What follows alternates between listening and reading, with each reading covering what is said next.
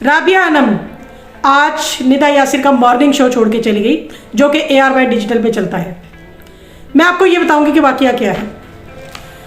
राबिया अनम के साथ मोहसिन अब्बास भी उस शो में इनवाइटेड थे।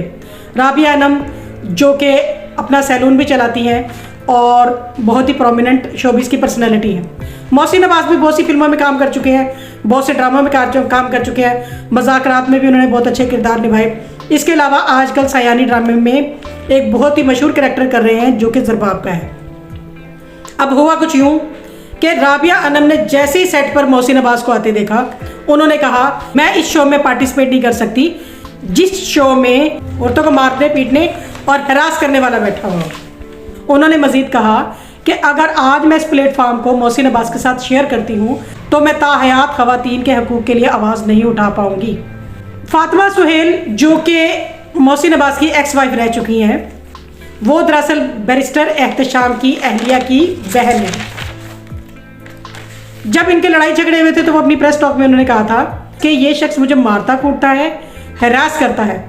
जब मैं इसके साथ अकेले में होती हूँ तो मुझे इससे खौफ आता है, लेकिन जब हम सबके साथ मौजूद होते हैं तो मुझे ये तसल्ली होती है कि कम से कम इस टाइम पे ये मुझे मारेगा नहीं। जब मेरी 3 माह की प्रेगनेंसी थी तो इसने मुझे लातें मारी थी, मेरे बेटे के सामने इसने मुझे थप्पड़ मारे थे, मेरी बेटी की डेथ के बाद ये मुझे मारता पीटता था। ये हवानियत की इंतहा है कि 3rd वीक ऑफ प्रेगनेंसी में आप अपनी बीवी को इस तरह से मारते हो कि आप उसको लाते मारते हो। ये एक गलत चीज़ है।